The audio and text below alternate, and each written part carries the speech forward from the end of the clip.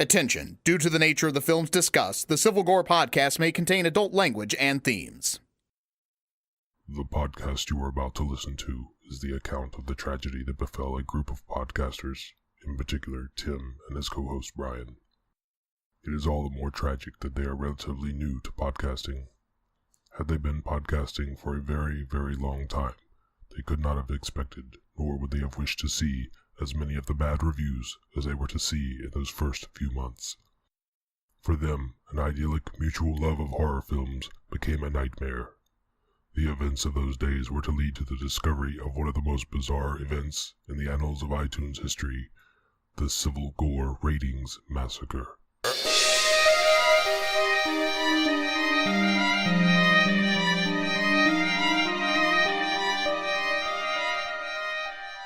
Hi there, everybody. Welcome to episode 23 of the Civil Gore podcast. Yes, 23 is not much in terms of, I guess, horror movie things, but, you know, Michael Jordan was number 23. We got some... Well into the double digits. Yeah, we got some... 23 is a number, so we'll stick to that. Yeah, so this week is the first part of our Leatherface retrospective, where we're going to cover the original Texas Chainsaw Massacre with this episode, and then next week we'll be covering all of the other films in the franchise, and there are many. This is one of those franchises that's kind of hard to pin down because there's so many prequels and remakes and weird one-offs that they did. It's not like a straight 1, 2, 3, 4, 5, 6, 7 that you can just blow through. Yeah, and I actually went into this one a little different than I did the other ones. I was very familiar with Friday the 13th and very familiar with Nightmare on Elm Street. This series I was not as familiar with. I probably saw the original a few times. Saw two, maybe, I don't know, 3 or 4 times over the course of time. Don't remember Leatherface at all. I know I saw it, but it was so long ago I don't remember any of it. I can't even remember if I saw the fourth one with the Matthew McConaughey one. I mean, I believe I did. I don't know if I sat through it all. So that's an interesting one. I did see all the remakes / prequel, whatever you want to call them, at least once. So I'm not familiar with them, and I don't remember them too well. So I purposely went into this one with just strictly watching the first one, this first week. And then I'm going to be kind of like the way we do the show. Like last time, I think Tim and I were kind of pretty much had the whole series under our belts and the rewatches by the time we recorded the first episode. But in this one, I'm going to follow along because I don't want to be to sway my discussion from the first one into the future remakes and sequels, because this one truly does deserve to stand on its own when discussing it, because unlike some of the other horror series, these sequels just, I mean, yes, they kind of go into the story, continue the storyline a bit, but none of them, as far as I'm concerned and from what I remember, fit the same type of film that the first one is. It doesn't have the same mood. Do you agree with that at all, or? Yeah, definitely. And we'll get to that when we go into Texas Chainsaw Massacre Part 2, which is just a completely tonally different film. 100% completely different film. That doesn't make it bad per se, but it's not like the other franchises we've covered where the Nightmare on Elm Streets kind of have the same feel to them, at least through most of the series. Same with Friday the 13th. The Chainsaw films are just all over the map in terms of humor level, violence level. It's kind of weird, but I think it'll be fun because each film is so unique that I think there'll be a lot to talk about, sort of like the Freddy sequels. Right. Yeah, so I think that's why it's kind of cool that the way that we decided to do these retrospectives, so to speak, where where we take the original and then the sequels in the second half, because especially in this one, I don't think it fits that kind of format so well. Right, and some of those films are not good enough that we would probably ever cover them in a standalone episode anyway. Right, I can't imagine. From what the vague memories of the fourth one, I can't even imagine that ever us taking time to truly just sit and say, this is the one we're talking about this week. So let's get right into our first chop. So this week I have good news. The Backlog Project is back on after an extended hiatus. So I had not been delving into the backlog very much because of we're doing these big franchises. I'm having to cover like a lot of movies, which didn't leave me much time to catch up on the backlog. But I got back into it, and I did something a little different. I was using the roulette wheel to pick my movies for me. And what I decided to do now, and I'll get back to that format at some point, but what I decided to do was just kind of knock out the quick wins, sort of like when you have credit card debt or whatever. You pay off the small ones first or whatever. So you're just like, I'm complete with this one. Yeah, so that's what I decided to do. So I went and hit some of those that I just had the extras to finish up on. I'd already watched the movie and the commentary, so knocked a couple of those out. Then I started looking at ones where maybe the movie itself was shorter, a lot of the old Universal classics. So I'm kind of going for those. So the goal is to just knock out some quick wins and kind of get my motivation back to get back into it, because October is going to be right around the corner. God, yeah. And that's when all the horror DVDs go on sale, and I really need to be prepped for that. I've made a sizable dent in this. Yeah, and not to mention I know our schedules are like, I know at least mine is like, my October is so packed, and that's not even counting all the little different haunts I want to go into to visit around the area, just so we to cover for the podcast. We have our another one of our meetups at Coaster Radio, which will actually be beneficial for the show because it is going to be at Busch Gardens, and they have a haunt there that we're going to get to really experience, which will be great for the podcast. So, yeah, it's funny. It's literally, we're talking about like a month and a half before this thing starts to get, and remember, it comes out in the first week of September, and sometimes a lot of horror franchises will, for some reason, hit early. They'll hit like late September, early October, and some of the releases start even before that. So yeah, it's gonna come up to and it's kind of exciting actually, because being our first year at the podcast, obviously horror fans and Halloween fans like ourselves, October is like it's almost like Christmas season. Yeah, it's our Christmas. Right. And I want to do, like, this year I want to do a show about my dad's Halloween party. My dad throws a huge Halloween party for his birthday every year, and I got lots of fun stories from that. There's a great haunt that they do out in the woods, about a few blocks from his house.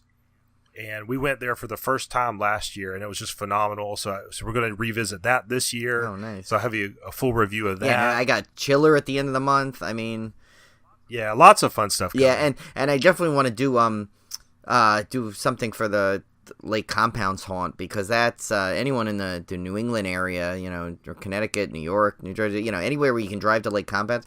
That haunt is fantastic, but like I said, we'll get to that as it gets close, because obviously Tim and I, our Octobers are pretty fun. So it'd be kind of fun that this year, now that we have the podcast, because I think our podcast planning really ramped up last October when we were talking about stuff.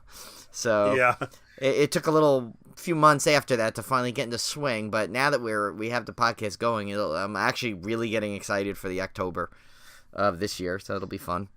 The next thing I had on my rundown was a Clive Barker reread project. Not this isn't really a project, because I'm not really committed to it right now, but when I was younger, and when I say younger, high school age, I really started getting into Clive Barker's stuff through Hellraiser, of course, and started reading some of his short fiction, books of blood, and then I got into some of his novels. And anybody who's read Clive Barker knows his stuff is really dense. And quite frankly, I believe at the time was a little over my head. And so I decided, why not go back and revisit some of those novels now that I'm older, and see what do I get out of them that I couldn't quite grasp when I was in my teens. Oh, that's a good idea. So, and I have not read all of Clive Barker's stuff, so it also gave me an excuse to go back and kind of reread, start with some of his older stuff that I had read, and then move into some of the books I never finished. So I'm starting off with, I had already read The Damnation Game recently, which was his first novel, which was really good, and then I just purchased Weave World, which is probably more fantasy than horror, but I just remember it being fantastic when I read it. I don't remember much about it, but so I'm looking forward to getting back into that one, and then on to some of the really big novels he did, like The Great and Secret Show, which is some people consider his finest novel, Magica, Everville. So a lot of good stuff, and I haven't read any of his more recent stuff, so I'm really looking forward to that. As much as I love covering the movies, I also like to occasionally delve into comics and books and things like that of the horror genre, just to give people a little variety. Yeah, and it's funny because that's technically another Tim project. So by the way, he's going to be posting out job recs for interns to help him on his various projects. I'm going to definitely. Yeah, so it doesn't pay much. I mean, but I think he pays in Paul Blart 2s. So that joke will never get old. I'm sorry. No, at least not to us. You guys may be like, all right, enough, but we're going to continue to throw that. That was the first thing I looked for when I walked into Brian's DVD collection. That's right. To just my eyes instantly went to the P's. Where's Paul Blart 2? Are you making that up? Yeah. No, he's not making Tim had to see it for himself to believe that I actually own it, and I do. But so I guess the next thing on the rundown, I'll just at the time of recording, this was last night. As I said, I had to watch it on delay because I had a wedding to go to. But as soon as I got home, I was changed into some comfortable clothing and started up with Sharknado 5, which 5 yeah, already. And I can guarantee you, not to give things away, but there will be a 6 guaranteed. It ends unless they lose completely all their funding, because it actually ended with a cliffhanger again and had the to be continued thing, which I won't go into how they did it because that's kind of part of the fun of this one. I'll just say it's typical Sharknado, tons of cameos, tons of Easter eggs with the people doing their cameos and quoting other lines and little hidden pop culture gems that 80s nerds like Tim and I will just crack up and be hysterical at. It was fun. I mean, typical bad effects. I mean, there's nothing new here that they've done other than they had a little bit of different I guess element to it of a little kind of a time travel-y thing. But I like I said, I'm not gonna spoil it other than it's just, I mean, while it was the same, it was not one of my favorite ones out of them. I think I definitely think right now, like I think 3, the one that took place at Universal, is my favorite.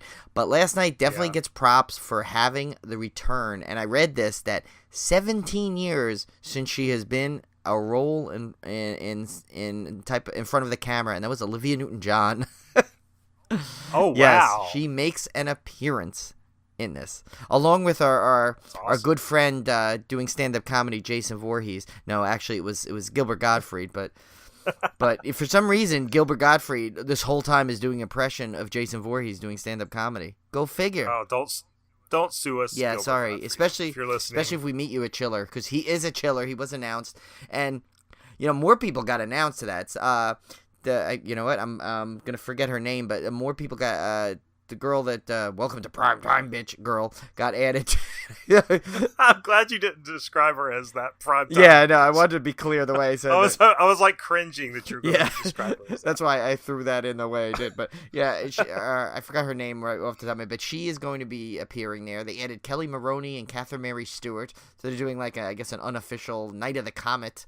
I don't know if you guys have seen that. That's one of my favorite 80s movies there. Hey, that's what I need. I need a Kickstarter so my wife will let me go to Chiller. Can we fund that? We need. I was taking a sip when you said that. It wasn't that I wasn't agreeing right away. Send Tim to Chiller. That's her 30th Kickstarter. Yeah, this one's important. You know what? Skip all other 29 and go right to this one because we need to get Tim there along with me. And it will be most likely, hopefully.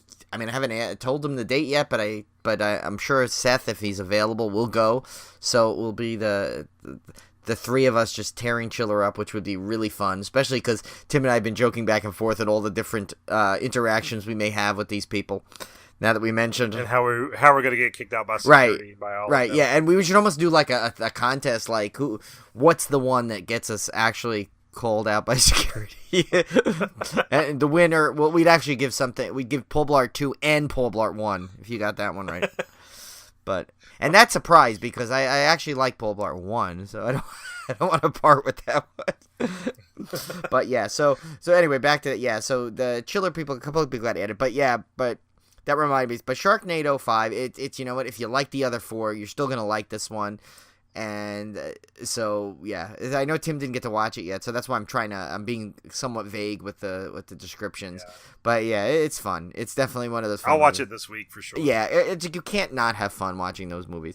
And man, this one I saw this today, but this is definitely probably because I know I have not watched this yet, but I know Tim is probably really excited to notice that that movie Hell House LLC is getting a director's cut DVD release with more found footage that they supposedly found at the hotel, and they're also already in works for the sequel. So, and I know Tim really loved that, as he talked about a couple of shows ago, and I still need to see that. But yeah, so that's going to be good, and I think it's coming out in October, as Tim mentioned before. A lot of DVD releases and horror movies go on sale, so there's one that Tim's got to put down on his list.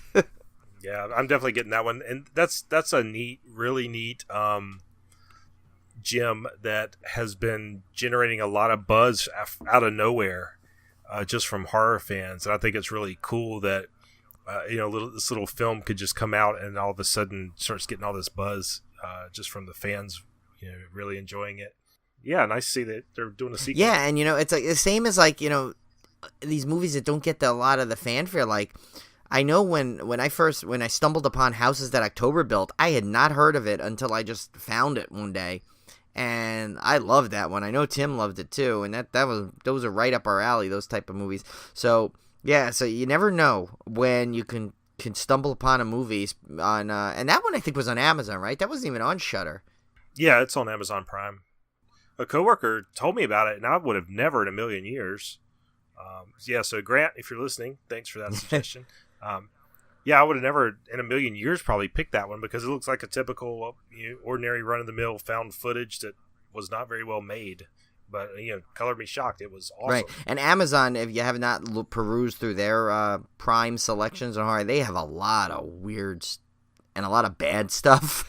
So they have a lot of bad, but they have a lot of really good. I mean, I watched the Texas Chainsaw Massacre. Right, that's what. Yeah, actually, that's the format I watched it in, just because it was the simplest way to get it, to watch it. And I rewatched it actually a second time today, just to get refresh again, because I watched it over the weekend. I want to get fresh one more time to take my notes on it. So so it was so you never know. So that's good news for fans of Hell House LLC. Cool. Well, we have a fairly short discmemberment this week. We have some big releases and some small releases. The Blu-ray releases for August 15th. The first one up is one called Savage Vows. Not vowels like buy me a vowel, Wheel of Fortune. Vowel, VOWS. Savage Vows, a.k.a. Obsessive Affairs. Really? They couldn't figure out... Sounds like a romance. Yeah, and they couldn't figure out which terrible title to use, so they used both. Both of those sound like what was that? Was it Joan Collins or somebody that used to write those? Danielle Steele. Danielle Steele. Boy, that's the second time she's been mentioned on our run here of the podcast. That is 2 more times than I thought she ever would. It's both sound like Danielle Steele novels, but so this one is about a young girl named Greta who tries to change her life, but then runs into her former boyfriend, and things get, this description, things even get more worse than ever. So that's what I get for copying verbatim. Yeah, things get bad for her after running into her former boyfriend. It even sounds like a Lifetime movie. Yeah, and this is horror, they consider this? They consider it horror. So even the box cover looks like very horror movie-ish. Oh, okay. Well, I gotta look at this one. I don't think I've heard of either version of this film. No. The next one on the list is called Union Furnace from 2015.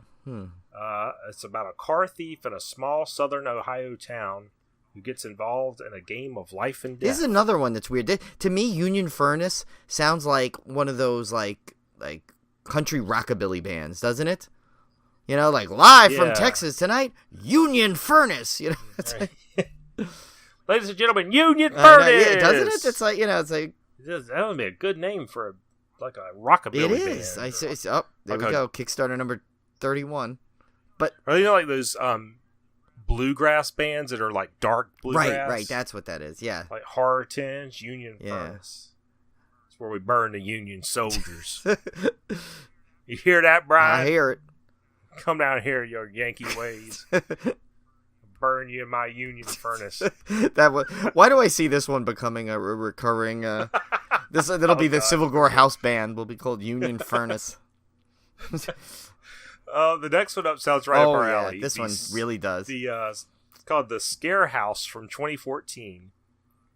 So 2 years after a tragic accident, 6 college girls are invited to a party inside an elaborate Halloween fun house. You had me right there. Yep, that's all you had to say. And once inside, the girls realize their host's intentions are not all fun and games. The Scare House. I gotta tell you, those have been that's been a plot point for a lot of horror movies as of late. I mean, like we said, Hell House LLC, that was basically took place right on the opening night of a haunt. What was the other one? The Funhouse Massacre. There was that. And I'm a sucker for those, man. Oh, me too. I don't get tired of them. Me too. I mean, technically, houses that October built. That one that I meant to show you while you were here. That Scare Zone was another one like that, where it was basically like a murderer went crazy through a Halloween haunt. So any of those things that just, especially because, as we mentioned, Tim and I love going to those haunts. And if only we had this podcast, I tell you, the time we went to Scarowinds, we would have had some good material. But oh man, yeah, we probably need to just do a whole episode on those that Scarowinds night was hilarious. It really was. But we gotta have the triumphant return of Kevin Wilson, your brother, for that one. Yeah, exactly. Because he does the maybe we'll just get everybody on. We'll get Julie on, we'll get Olivia on, we'll get all the participants of that evening. The next up is when you're ready to quadruple dip on Alien. They have yet another Alien collection. At this point, I don't even own the Alien films because I don't know which quadrilogy and box set or whatever to get because they keep re-releasing them. Yeah. But this is the latest. It's the Alien 6 film collection along with a standalone Alien Covenant. I'm just buying that one. I can't buy another set. There's too much coming out. It's just ridiculous. It's getting ridiculous at this point, but at some point, I'll spring for these, but it's just I'm baffled by the number of sets of these Alien movies they have, and I don't feel like taking the time to see which ones have the best extras. Yeah, I mean, is there anything really new in this set other than the 6th film? I mean, is there? I didn't even go that far. I was just discussing. So wait a minute. So I assume the are they all? I guess it's the 4 original Alien films, Prometheus and Covenant. Is that the ones? Okay. Yes, so it's to its credit, it is everything. Yeah. So for me, it would probably be a good choice because I don't have any of them right now. So. See, I have the quadrilogy and I have I have Prometheus.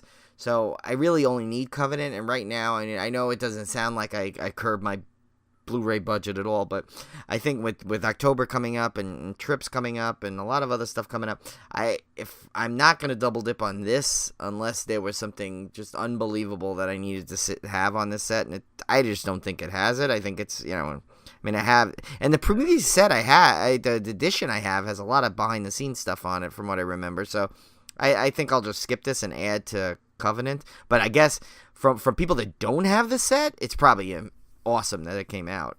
Yeah, I'm gonna look into it. It'd be a good quick way for me to just get everything. So. Yeah. No, you might want to pick it up, especially because I bet you on Amazon will have it, even if it's not probably cheap. Yeah, and I bet you if not now, within around between now and the holidays, it'll probably drop in price. You'll probably be able to pick it up on either Black Friday or one of their holiday sales or one of their Halloween sales. Because they've been giving away the quadrilogy it's going out. I mean, dirt cheap, right? Because of this. So yeah, it'll come down at some point.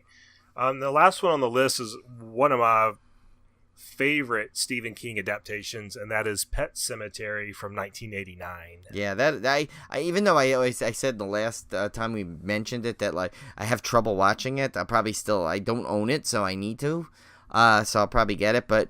And do you hear though the director of It wants to revisit Pet Sematary? Yeah, that would be awesome. I'd love to see it's one of my. It's actually I believe it's the first Stephen King novel I ever read. And so in that respect, it's always been one of my favorite books of his. So when the movie came out, I loved the movie for that same reason, because it was an adaptation of that first book. So definitely looking forward to that one. Definitely will pick that one up, regardless of the backlog. Speaking of Stephen King, I know it's off topic. Did you see what our listener Cody posted on Twitter? She sent that thing where it was like, I guess, famous love songs if they were done in this, but transformed into a Stephen King book cover. Yeah, those are hilarious. That's what I was telling you. Those paperback book covers were awesome. Yeah. And some of the ones were so perfect that it did. So thanks again, Cody. That was funny. That gave me a good laugh today. I was looking at those. Those are cool. Speaking of Stephen King, I did not go see The Dark Tower because of the dreadful reviews. Right. So I was right. Or my Spidey sense was right. This was gonna suck. But I have heard some people liked it. I had a coworker today that said he really enjoyed it, and he's a huge Stephen King fan. So I'm not completely dismissing it. I will give it a chance. So that's one for the Stephen King camp that liked it. So that's good. Yeah, and I'm like I said, I don't like bad mouthing movies I haven't seen yet, even though I'll occasionally do so. But I'm reserving my final judgment until I actually see it. But at least from the critical reviews, it seems like my fears are well founded. But we'll see. Yeah, but we'll see. Yeah, I mean, exactly. But that's pretty good because I got, you got that review from someone who's a big Stephen King fan, so that gives it hope. Yeah, it gives me a little shred of hope. And speaking of optimism, I have a movie here that's coming out on August 11th. Or the day this episode drops, actually, which is Annabelle Creation. And the early reviews for this one are really, really good. I think what we're going to see here is sort of a Ouija 2 scenario where the sequel is much, much better than the original. Oh, interesting. Okay. And very much looking forward to this one. This is one I will absolutely catch in time for the next episode, so I can give you a full review on it. Very much looking forward to it. Has some good credentials behind it. And can't wait to see what they do with it. The first one I was not impressed with at all. Yeah, I heard a lot of people were let down by that one compared to what they thought it was going to be. Yeah, it didn't match up to the same quality as the Conjuring. Some of what we'd come to expect from that style of movie and those same producers and everything. So definitely a letdown, but I think they've corrected their mistakes in this one. It looks like this one's going to be a lot of fun, really scary.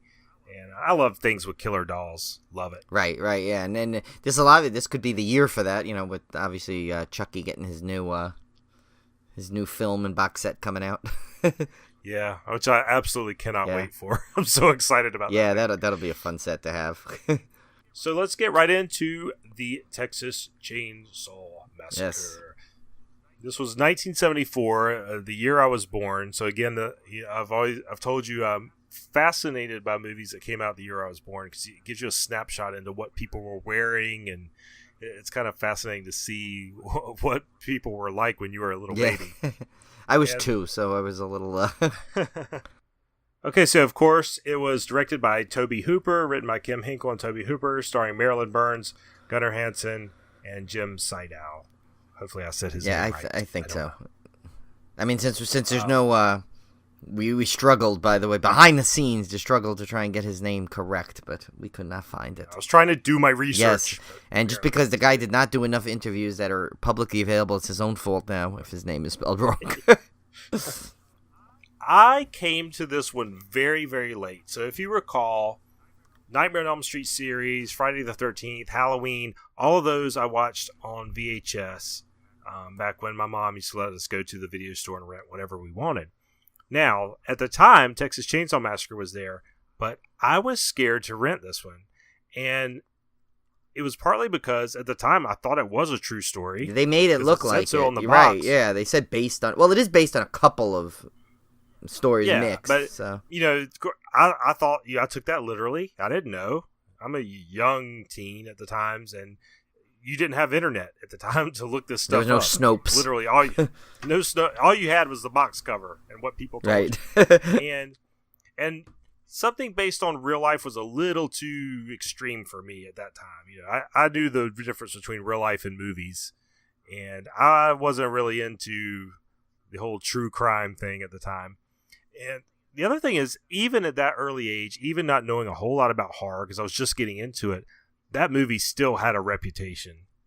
And I still knew enough about that reputation that I wasn't going to touch this movie with a 10-foot pole, because I thought it was probably the most goriest, bloodiest thing you'd ever seen in your life. Yeah, and that's funny. I kind of have a similar thing. Not that I was afraid to watch it, but I knew of its this legendary status and its reputation, and I was always watching all the other ones. It was basically, to me, it's just, I believe it or not, just never got around to watching it till years later.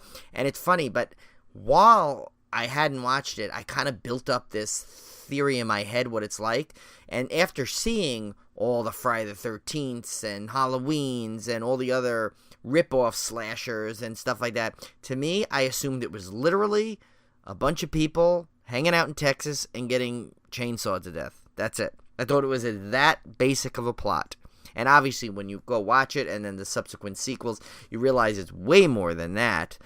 But at the time, that's what I had envisioned in my head. Like, literally, it was like, he was like, obviously just like a Jason, and he just kind of stalked around and was waiting out in the woods of Texas or whatever. Yeah. If there is woods in Texas. And that's what he did. Well, I remember the first time I saw this was, this was the late 90s. DVD had just came out. So I was in college at the time, actually, when I first saw this. And I had saved up enough money to get a cheap surround sound system. And so I thought I was awesome because I had a DVD player and a surround sound system when that stuff was just coming on the scene. And I would sit in my room and I would buy DVDs with every spare amount of money I had. It was either going towards computer games or DVDs. And I would sit in my room at night. I would just sit in my room and watch these things. And I bought Texas Chainsaw Massacre at the time. It was probably the 25th anniversary or something. It's now well past the 40th. That old version of it, yeah. So I bought it just because I knew it was a classic. And I sat down in my room one night in the pitch dark and watched this thing, and it freaked me out. It really freaked me out because it's so gritty. It feels so real because of the low budgetness of it. Even more so, just like you said with the slashers, I was expecting the same thing, a kind of a slicker, polished, Nightmare on Elm Street or Friday the 13th type thing. And instead, what I got was this thing that just felt uncomfortably real and very, very, very creepy. Right, and I don't think I saw it until college also. And I remember the funny thing, I had seen the movie Summer School, which obviously has a huge, impact on two of its characters, Chainsaw and Dave, as I had mentioned in a previous episode when I bought that shirt. And they, at one point, had that not to go into the movie too much, but they basically were screening the film. And I was like, I remember when I was watching it, I'm like, oh my God, they couldn't get the rights to the real film. I said, look at this fake looking thing that they got, because I had not seen it yet. And it looked so like, I guess, especially within a movie, it looks so cheaply made and so, like, different than I had built it up in my mind that I assumed it was just a fake version of the movie that they were showing in there. So it was kind of funny when I actually saw it. I'm like, oh my God, this really was it. Yeah, so we'll go through, if you have not seen the movie, it opens with a terrific classic voiceover by none other than Night Court's John Larroquette. Yeah, which if you listen to it, you can tell it's him. But if you're not paying attention and you're just getting into the movie right off the bat, I don't think he's as recognizable as you would think.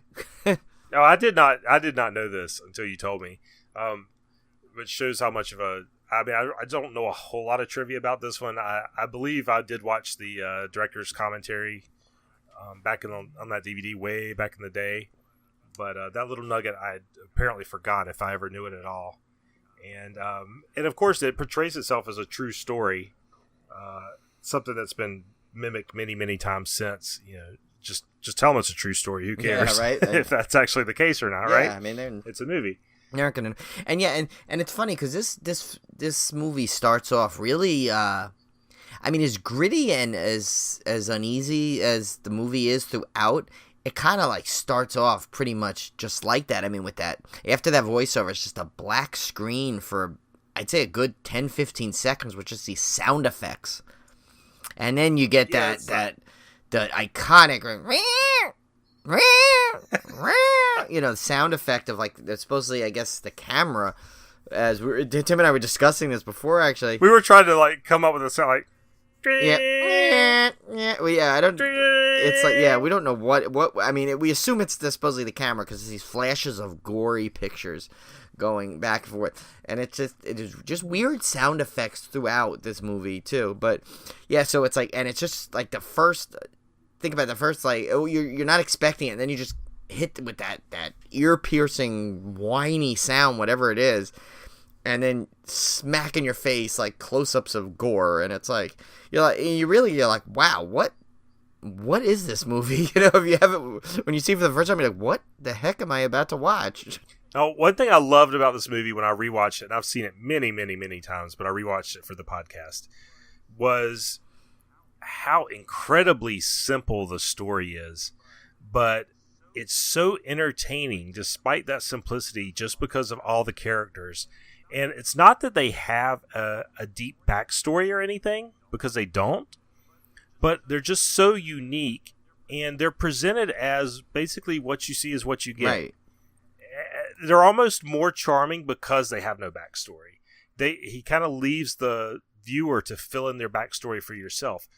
I think you only get Sally and Franklin's, and it's only through as like almost like a need-to-know basis. Right, exactly.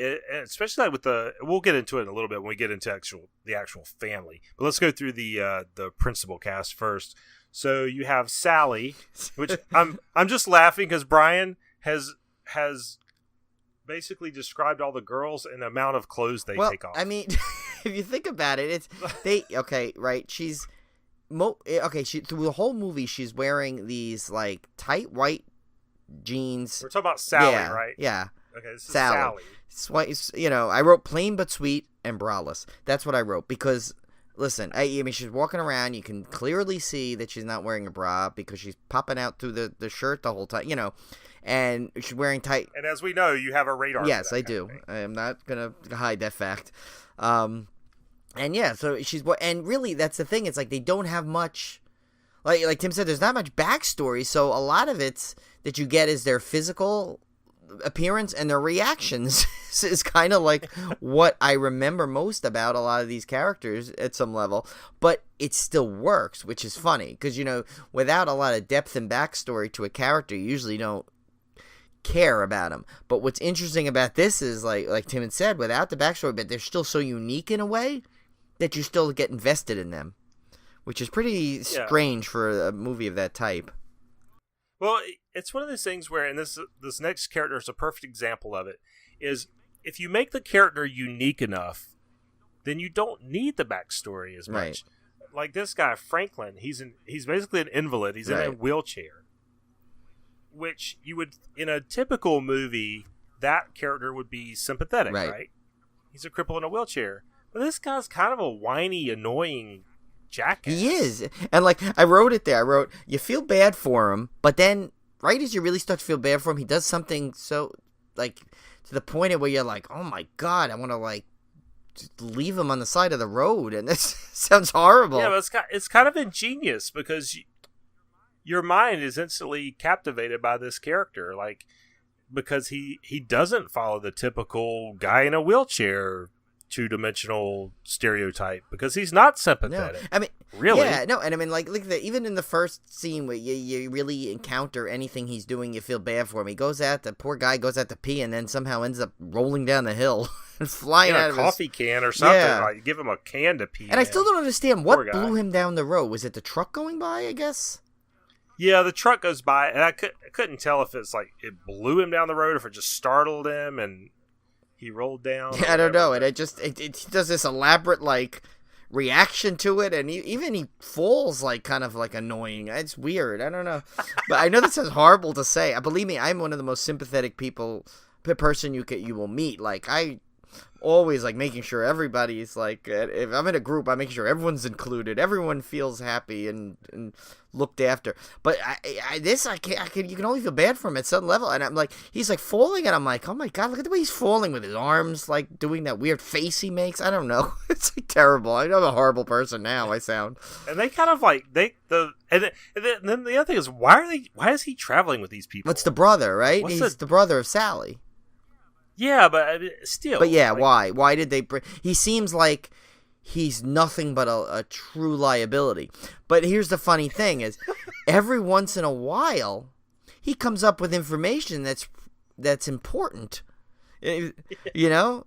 I know, and I know we're sounding like horrible, like we're mocking this poor guy, but I mean, think about it. Like, there's later on, he's the one that tells them how to get to the creek. He knows what he's doing, or they're wondering what that crazy smell is, and he's, oh no, that's a slaughterhouse. That's where our uncle used to work, and he used to do, Yeah, he's a smart guy. He's smart. He knows his stuff, but it's just intertwined between the different things. And one of my favorite line is when she's like, like later on when he loses his knife and he's with his sister, and she's like, well, where did you last have it? And he goes, well, I didn't last have it. You were the one to have it last. He remembers everything perfectly.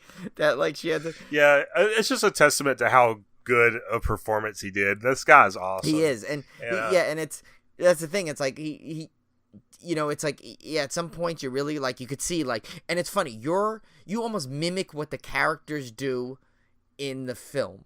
It's like, they're always helpful to him, of course, and then he does something that just annoys the hell out of him. My favorite scene with him is when he's when they get inside the house. I know we're jumping all over the place. I know exactly where you're going to. When he gets inside the house and he's annoyed and he's like making fun. He's like, yeah. Oh my God. And he starts like doing this. It's like a 12-minute raspberry he basically gives out. Yeah.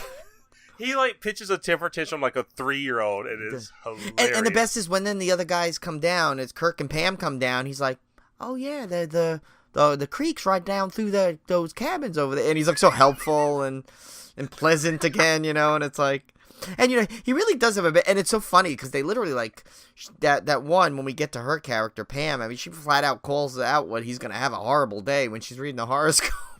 And it basically tells him, he's like, yeah. And it's like, and the funniest thing is like, the guy, like, when we get to, I guess we'll go to him next anyway, Jerry. And I put here, I said the way he's dressed, he looks like he's a mix between a young Mike Brady or when Greg Brady was older. And yeah, like that cross thing. When Greg got old and wanted to move up to have his own room, and he called him Mike and Carol. It was like that. He looked like that guy with that paisley shirt kind of thing going on. And it cracked me up when when Franklin was all like worried. He's like, yeah, you don't think that guy was mad at me, do you? And he's like, oh yeah, no, he's mad at you. He's coming to get you. And he's like, well, it's not like they can find us anyway. He doesn't know my name. He goes, oh no, I gave him your name. And he's like tormenting him. Everything he does, he comes up with an answer. But the best was even when he goes, I'm gonna find my knife. He goes, oh, that won't matter. He liked your knife. It's like, the dialogue, I mean, for this to be just like this low budget toss off movie, it does character and dialogue better than most modern horror movies. Yeah, it does. It does. So, yeah. Well, then you got Pam. Right. She's kind of the hippie girl. Brian has showing a lot of. Well, she does. I mean, think about it. She's wearing these tight little short shorts and a backless shirt, I guess. So, I mean, and she's got like, so a lot of times you see her, she looks like she doesn't have a top on from behind. And, there's even a shot, like, obviously Toby Hooper knew, because there's one shot of literally when they're at the soda machine, like the camera's like looking straight up at her butt. I mean, it's like, yeah, that was intentional to kind of give them that appeal, so. And then you have Kirk, who is nice, but he's kind of hard to pin down. He's kind of just a generic. Yeah, and at one point he's talking and you can't even hear him because he's trying to be so mellow. Like, it's like, yeah, you might want to put that knife away too. I'm like, what? I'm like, speak up. Like, what is he saying?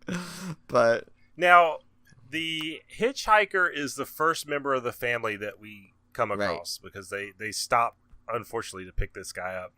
And I had watched Texas Chainsaw Massacre Part 2 at least 4 times recently, because I went through all the commentaries. So I'd seen a lot of Chop Top. Right.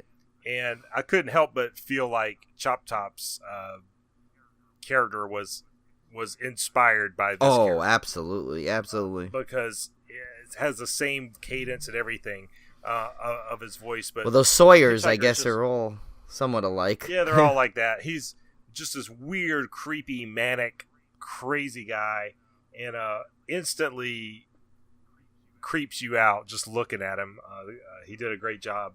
He jumps in the van with them, and they start talking about slaughterhouses and how his grandpa was which was a major foreshadowing. Right. If anybody who's seen the series knows, Grandpa's not so good with a these days as he used to be. Definitely not. Yeah, and he basically, he's a killer, and he goes, and they're basically like, it's giving you a lot of clues throughout this movie. What's coming, and it's just, and it's just like every like thing about this guy is just great. I mean, he's got that weird, like, I don't know, is it a blood smear or a bruise on his face? It's like a birthmark. Is that what that is? I think it's supposed to be like a birthmark. Yeah. So, and then right off the bat, he takes out the little like photos out of his little like weird satchel thing he's got around his neck, and then it looks like it's made out of a fox or a beaver or something. It's like an animal. Yeah, and so apparently he's not while he's also a crazy psychopath. He's also a amateur photographer because he's got this giant old Polaroid type camera around his neck too. And which I mean, hence another thing. It's like right there, there's a foreshadowing from the opening with the pictures, and then you got this guy showing pictures of weirdness. So astute viewers. I mean, usually the good thing is this movie catches you into such disturbing and awkward scenes and characters that it's really easy to forget the kind of the clues that you've been giving throughout this film. So I forget until I was watching it like the third time, that I said, oh, you know what? Wait a minute. That's where those pictures are coming from. Obviously, might be this guy, Right. No, now one thing, speaking of that I love about a lot of Tobe Hooper's films actually, but this one in particular is how he doesn't build up these characters and give you these clues as to what's coming. They just appear out of nowhere, and they are what they are. So you have no warning. You're just as uneasy with them as the characters are, because you haven't been given this. They don't show the hitchhiker doing stuff and taking pictures, and then he like starts thumbing his way down the road, and then the van comes and picks him up, which a lot of horror movies would do. They would do that. They give you this long backstory of how the hitchhiker got to where the van was. This one, the van picks him up, and you know about him the same time the characters do. Right. And you're feeling their same unease with this crazy guy because you don't know what he's going to do. They don't know what he's going to do. It puts you in their shoes, and I thought that was really brilliant. Oh yeah, no, and from every motion, even when he's not doing anything like sinister, so to speak.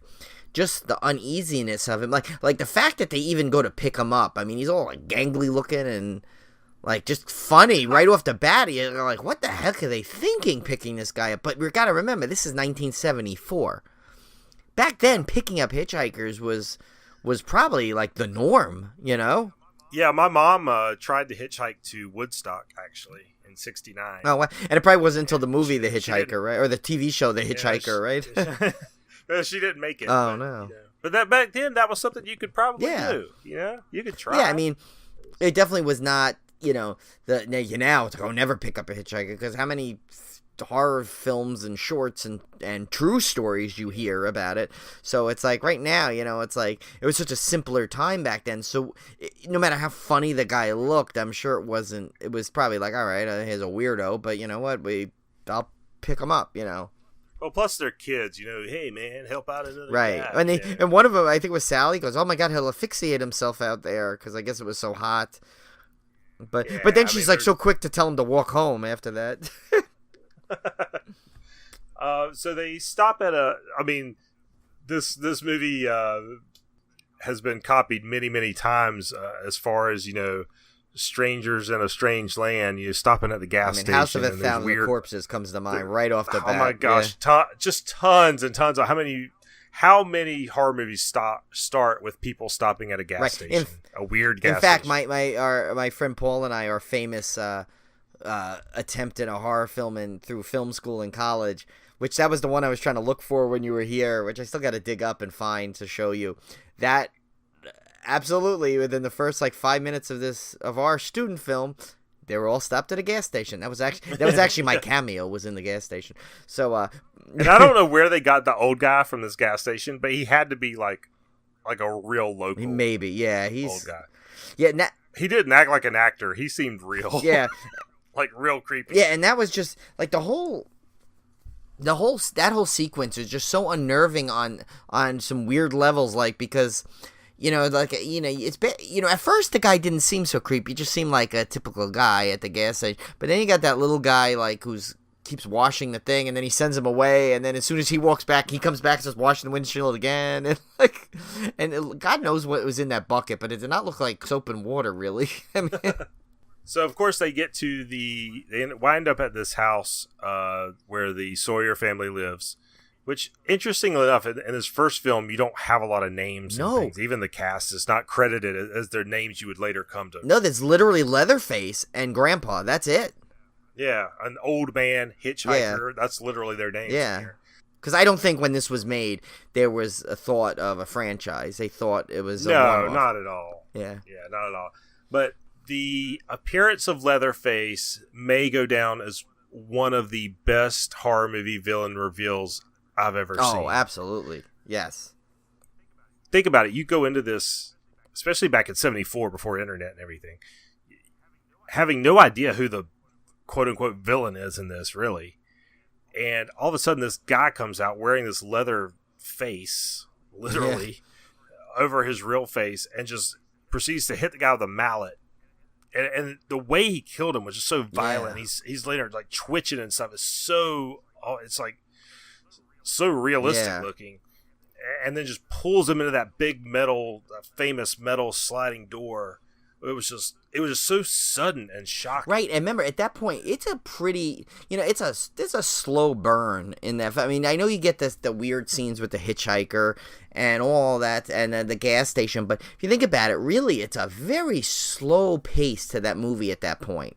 And you really don't know where it's going to be going at that point. I mean, you obviously know something grisly happens in it, but you don't know how it is. At some level, I'm wondering, back in the day, if I didn't know leading into this movie, I just went into it fresh, not knowing a thing, my assumption would be they would be at this house, and that hitchhiker would come back and be tormenting them. That's how I would take it. Right. Yeah. But... you certainly wouldn't expect an entire family. No, and you would not expect another antagonist to come out like that. You wouldn't expect all of a sudden this giant hulking blob of a guy with a creepy mask to pop out of the nowhere. It's there's no warning of it. I mean, it's just it really is. I mean, and it's weird. It's not a traditional jump scare, because it's not like he there's a musical cue and it pops out. He just kind of walks into frame as anyone would at some point, and he's just there, and he kind of it's a startling effect, but it's not a traditional jump scare where the music builds up and then a dun, there's no warning. Yeah, well, it's not filmed like a film. It's filmed like there was a camera sitting there and this guy walked into frame and killed this guy. Right. Which adds to the realism of this movie, I think, that people subconsciously pick up on, is that a lot of these shots are not like your typical horror movie film shots where you have that cue or whatever to cue you in that something's about to happen. It just happens, right? And where you're not expecting. And it's not like okay, here, the perfect example. It's Friday the 13th. We'll go through, right? People are going to a camp and they get all these warnings. Don't go there. There, there's bad luck there. Or in the later films, there's the legend of Jason there. No, you don't know. There's no legend of a Leatherface here. There's no legend of a guy that's slicing people up with chainsaws. There's no setup for it. I think that's what's so great about it. I mean, yes, they do the voiceover opening, but you don't know what that means, and at some point the movie almost lulls you into this state where you probably forget that any details of that opening. Now the next sequence is one of the scariest, and even watching it last night, I was just horrified again. Like it doesn't ever cease to not be scary to me as many times I've watched the scene, and that's when poor Pam gets taken. She literally just gets snatched. Oh yeah. I mean, even her shoes fly off. He snatches her with such force and pulls her, of course, behind that metal door. And then we cut to what's behind the metal door, and of course, there's that meat hook. And this was the most just terrifying, creepy scene. Is he just slowly and methodically just hangs her up on that meat as hook. if she was like a piece of meat, not a person. Oh, you know, yeah. And it's not gory. It doesn't show it. You don't see the hook going into her skin like you would nowadays. You'd see the full detail of the hook going in. You don't see any of that. He basically just puts her and hangs her up, and you see her just screaming and just trying to hold the hook and trying to pull herself off of it. And it's that much more terrifying because it's not gory. And it's not an over-the-top scream, like an elaborate, like, ah, so dramatic. It's literally like she's in the midst of shock and fear and terror. Probably a lot more realistic is actually, if that were to actually happen to somebody, would probably be like, unlike these crazy, these horror movies where they have these ridiculous screams, and it's just there's something was so realistic about it that I think is what makes this, and throughout the whole film is all these unnerving scenes like this. Yeah, and then I had on the rundown because another one of my absolutely favorite scenes, and I even in the rundown it says probably one of the best 1-2 punches in terms of scares in horror movie history. So we don't really see what he's done to Pam. After he puts her on the hook, it shows him go to there, cut up another body. Right. But then we cut to Jerry coming in, and he comes in the door, and he sees a freezer, right?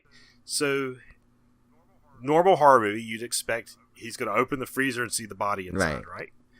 He does. He opens the freezer, but then Pam is still alive, and she comes jumping out of the freezer, which scared the crap out of me, even on the rewatch. The Tim jump scare. Yeah, but then again, the movie hits you again. He's startled, backs up, and immediately Leatherface comes through the door and hits him in the head. And it's like you don't have time to even recover from the first jump scare before you get hit with another. Right, one. And you would think that like they would actually like cancel each other out, but it doesn't. It's just done at the perfect time to where just as you're about to say, oh god, that was boom, it hits you, so you like it's right as the other, like the arc is about to come down, and boom, it hits you again, and it's like it's so awesome. I had to rewind it and watch it again because it's such a brilliant little sequence. Just that 1-2 bam, it's just and think about it, it totally, as unnerving as the most of the sequences are that are thrown together in the beginning, and just this one, it's so funny once they get to that area, like the pace of it just accelerates for this period of time where there's just like these quick things that you're not used to, because like I said earlier, that the film kind of lulls you into this like sleepiness of watching it, and then boom, like Leatherface comes out, and then you got her getting put on the hook, and then she pops out of it, and it's all like, so it like changes the pace on you for a while. The rest of the movie is basically two things. It's an extended chase sequence, which is great, by the way. It's definitely one of the better chase sequences in a horror movie. Right, and then you also have the famous dinner scene, which basically end caps the movie. Like you said, the chase scenes are just unnerving because you have Leatherface chasing me around with a chainsaw, and he's never fast enough to really to be like really on top of him, but he's always just fast enough to be on top of him. So it's like it's very unnerving because you expect him at any minute just to reach his arm out and just chainsaw the girl, but he's almost like a game of cat and mouse with him.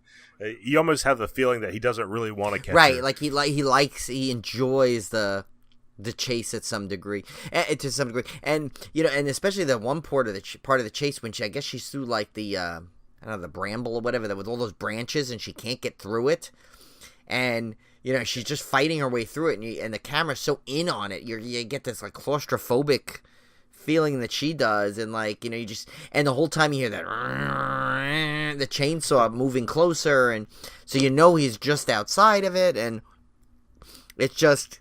It's speaking of those close-ups, there's a lot of great close-up work in this. Oh, like her eyes at one point, the green eyes. There's a time in the dinner. Whoa. the dinner scene where they do extreme focus on her eyes to the point where you see the blood vessels in her eyes. Right, and it's so bright and green, just the too. Fear. It's crazy. Yeah, just the fear in her eyes. And it reminded me of Psycho when they do the close-up on Janet Leigh's eyes after she's killed. Oh, right, yeah.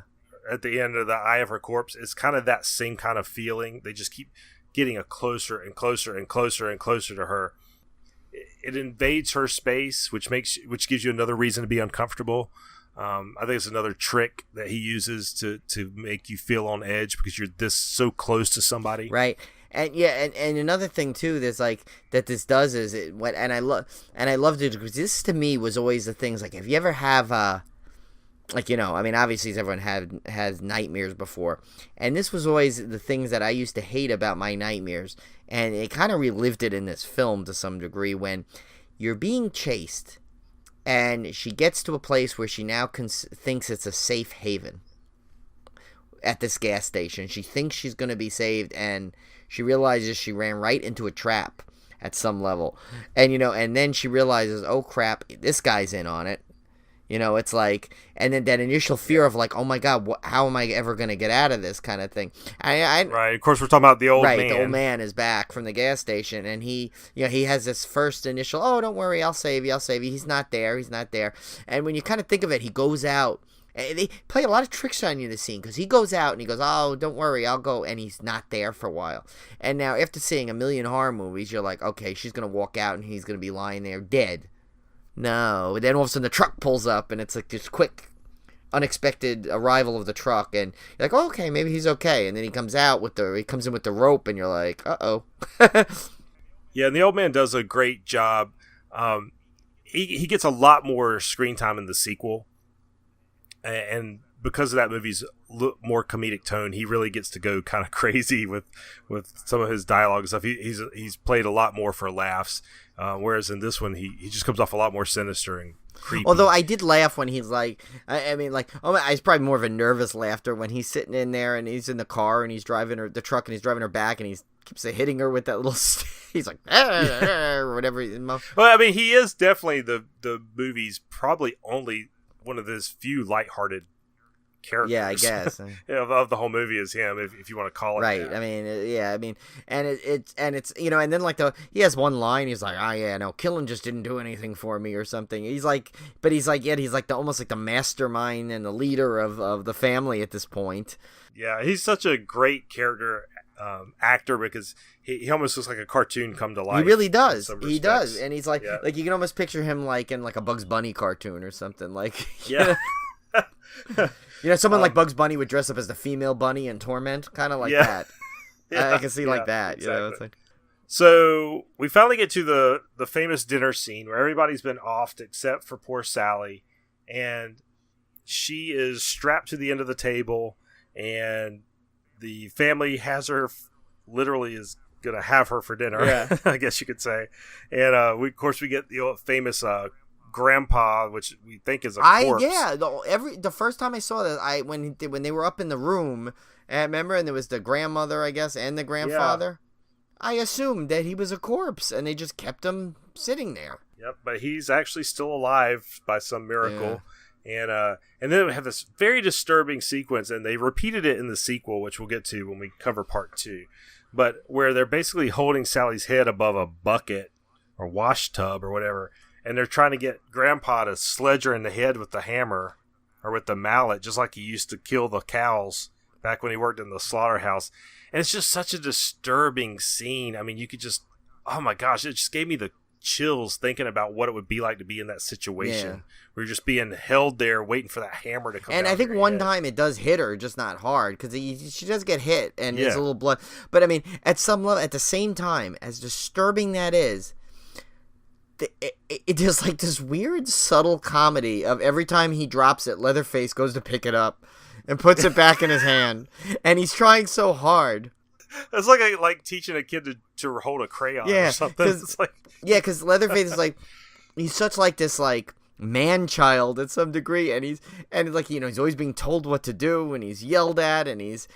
Oh, and don't forget, when Leatherface is at the table, he's got makeup on and a wig on. Yeah, he's got that on the face of that. He's made up like a woman. Yeah, I don't know who's that supposed to be. Whose mask was that supposed to be at that point? It's so disturbing, but it tells you that Tobe Hooper was already thinking a lot about these characters. Yeah, because I don't know what he was doing, but yeah, and for some reason I don't know. It's like as disturbing as that was, like you said. I always kind of do like this internal chuckle every time he drops it, and Leatherface goes to pick it up, so obedient and trying to be like, and they trying to be helpful. Yeah, he's just like, oh here, try again, and like he really thinks this is gonna be the time this 952-year-old guy is gonna be able to like hammer his head.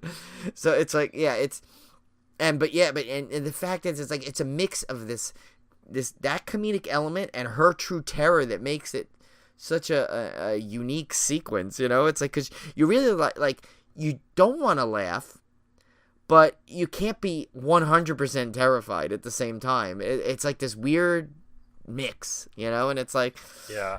But that's I think what makes this film so great and so heralded for all these years, because it really is a lot different from a lot of the horror movies, and most people still hold it up there with mostly probably because the sequels of like they keep it in that grouping of like Friday the 13th and Nightmare on Elm Street, when the original is nowhere near any of those films at some level. Right, no, it doesn't follow that formula at Yeah. all. And if you look at the timeline, obviously it was well before any of those films. I mean, this was before Halloween. Right. Any of those slasher films. I mean, this one stands apart. This is to me, this is like, the granddaddy, the elder statesman of those movies that would come later in the 80s. But now let me ask you a question here. Would you consider this a true slasher film, knowing what slasher films, like the formula that they kind of follow?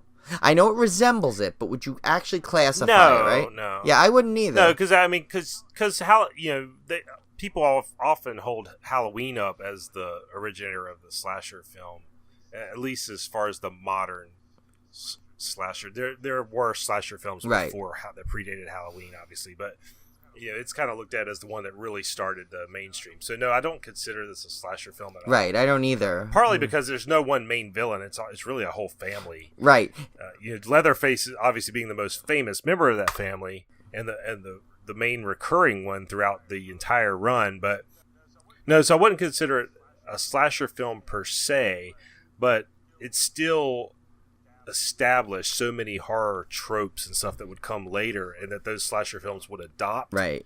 I think I still kind of look at it as like kind of the granddaddy. Right, and I think that's why some people like kind of almost like lump it in with those, because they're right. There are so many things that were pulled and homages that other films base it on. So, and I think that's I think that's why it kind of gets like grouped in with them. When you say, oh, let's see who is it? Jason, Freddy, Leatherface, Michael Myers. Really he doesn't belong in that group, but he seems to get put in that group. Right, and that's probably, too, is also probably because of the sequels. Yeah, I think the sequels kind of moved. From what I remember, I think I want to say 3. I think kind of moved. But that's the thing. I don't remember 3 because I had seen it so long ago. So I'm actually really that's one of the ones I'm looking forward to the most, because I don't remember. And the version I bought from Amazon supposedly has the uncut version, which I don't know what the difference is, but that's the one I'm gonna watch. So I'm actually looking forward. Yeah, I'm looking forward. I have not seen 3 probably since college, honestly. So that one I'm very interested to see. And I tell you, I didn't remember much about 2 when I watched it, a couple months back, because it had been so long since I'd seen it. I was really surprised at part 2. I just remember which we'll get screaming into next week. Yeah. So yeah, it's going to be really interesting. Out of all the franchises that we're covering this summer, this is probably my weakest in terms of having repeatedly watched the sequels. Yeah, same here for sure. Because most of I think, aside from part 2, which I only watched repeatedly recently, I don't believe I had seen any of the sequels more than once. Yeah, I don't. Like I said, I don't. Yeah, because I don't remember the 3 that well. 4, I hardly remember, and I'm wondering. Like I said, I even doubted if I actually sat through it all. So I'm really curious to see that one too. But since the first one was so iconic, it was so far. But when they start, right? Because what is the sequel? What was like It came out in 74 was the original. When was the when was part 2? Texas 2 was not until 86. Oh, 86. Okay, so there. So yeah. So that was a full 12 years right, later. And it almost like, you could almost like kind of do it as like that started a franchise, and the first one still could be separate, even though it has it has the same characters at some level. From what I remember of part 2, like you can almost separate it, and it's so far removed at that point in years. So who knows? And all these sequels came out really long spans from each other. Unlike most, these other, like the Nightmare on Elm Street movies were coming out every year, every 2 years. So you had part 2 in 86, you had part 3 4 years later, 1990. I didn't realize. And that's actually, it's funny. That's like, seems like it's just so recent at some level. It's the same thing. Yeah, then you get The Next Generation, which was the 4th film, doesn't come out until another 4 years later, 94. Then you don't have another one until 2003. Well, the remakes kind of came out, I think, closer to each other, didn't they? They came out every couple of years, or not really. Oh, they didn't either. So you had the remake in 2003, and then you had the prequel, The Beginning, in 2006. Oh, okay. So that was the shortest time span between them, was 3 years, and then you have Texas Chainsaw 3D in 2013. I really like that one, was a actually. 7-year gap. But that one was pretty good. Yeah, I'm looking forward to rewatching that one. I remember liking it. Yeah, I didn't see it in 3D, unfortunately, but I do remember. Alexandria Daddario was in that movie, and so that obviously we know where I'm going with that one. But yeah. But anyway, so if you have not seen this one, definitely track it down and rent it or buy it, because it is a bona fide classic. One of my favorite horror movies of all time, easily. I typically put this one in my top 5 of all time favorite horror movies, and I could definitely credit it for helping spark my love of 70s horror, because it's one of the best 70s horror films ever made. Yeah, and they don't it was so funny because I bought that, like, I guess it's the 40th anniversary set that came out, and I had that one, but I wish I would have got that. Did you see the one that came out where it was the Black Mariah truck box set? Yeah. I was so tempted to still buy that, but because I'm like a sucker for those kind of box sets, but literally, the good thing I didn't, because I don't know where I'd even put it, but that was a really cool thing. I was hoping that it would have been cool if it was like a like a chainsaw like set, like it was like shaped like the box was shaped like a giant chainsaw, and you opened it up and it was all stuff like that. That would have been cool. Yeah. Now, funny enough, I still don't own this one on Blu-ray. I still have my original DVD I bought way back in the 90s when I first watched it. Kind of, I don't know, in a way I've kind of resisted upgrading it, because that first copy is so special to me, because that's the first time I ever watched it. That's the format I saw it on, so I haven't really been in a rush to upgrade. Yeah, I have the Blu-ray, like the anniversary one. I have 2. I have the 3 remakes I have on Blu-ray. The ones I couldn't get are the 4 and Leatherface. Leatherface I just grabbed on DVD off of Amazon. It was pretty cheap. But I don't know if they have a Blu-ray version or it's just no longer in print.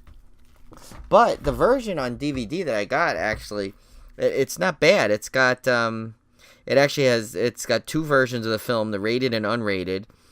It's got it's got a commentary. It's got the Saw is Family Making of Leatherface documentary. It has a whole bunch of deleted scenes, an alternate ending in the trailers. So that one I'm actually I'm kind of looking forward to this one. And I love it. Like, it's got like that cool box art where it says Leatherface, a Chainsaw Massacre 3, and then under it says he puts the teeth in terror. Yeah, now what was really cool was that the Mad Monster Party seeing the actual chainsaw. Oh, that's cool. That says the Saw is Family engraved on it. That was super cool. Oh, that's neat. Yeah. But anyway, we'll wrap it up here, and we'll be back next week with a coverage of all those crazy sequels and prequels and remakes and reboots and 3D and 2D. Yeah, and actually, it's funny you said that. I said I didn't see it in 3D. The version I have actually is the 3D Blu-ray version. I just don't have a Blu-ray. I don't have a 3D TV. But I won't have to be able to watch this in time, but I may have to revisit this in 3D because I do, my parents have actually a 3D TV. So I can eventually at some point watch this in its 3D entirety. So. Oh, that would be so cool. Yeah, so then one of these times I'll visit my mom's house. I'll have to go, I'll have to bring that along and watch it in 3D.